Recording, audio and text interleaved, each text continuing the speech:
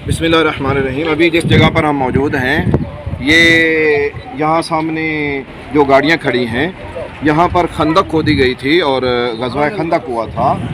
और अभी ये जो हमारे सामने मस्जिद छोटी सी मौजूद है, पत्थरों को जोड़कर बनाई गई है, बड़े बड़े पत्थर लगे हुए हैं और एक पुरानी तामीर है, नई तामीर नहीं है। ये मस्जिद सलमान फ़ारसी है रज़ी अल्लाह तआला अन्हु। जब मुसलमानों ने समझा कि कुफ़ार हमला करने लगे हैं, तो ये गौर व फिक्र किया गया कि किस तरह अपना तहफ़्फ़ुज़ किया जाए। तो हज़रत सलमान फ़ारसी रज़ी अल्लाह तआला अन्हु ने ये मशवरा दिया कि हमें खंदक खोद लेनी चाहिए।